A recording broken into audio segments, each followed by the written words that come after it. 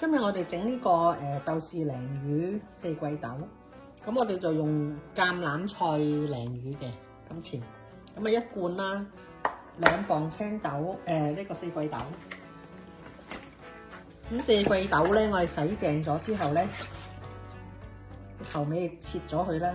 嗱，我哋洗淨咗之後咧，將佢剁齊佢，就切咗個頭去唔愛。大約就切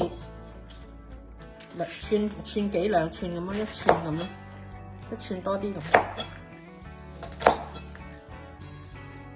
然之後你就反轉嚟咧，又剁齊佢，個尾都切走佢。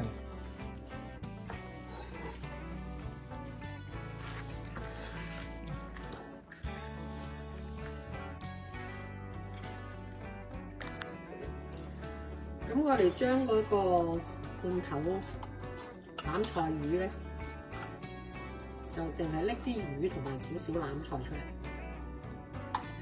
嗰啲油就唔愛啦，因為太肥。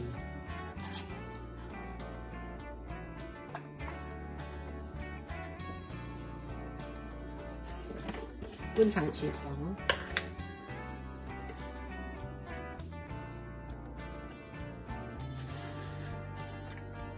落半茶匙鹽，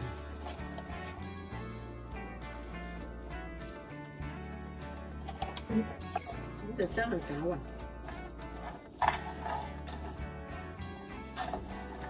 將啲魚放喺個底度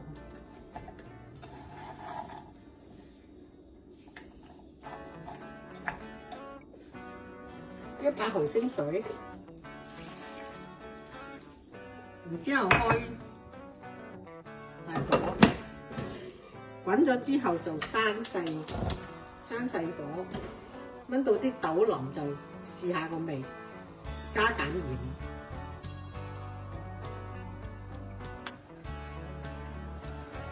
咁咧，我哋已經煮咗有10幾分鐘啦。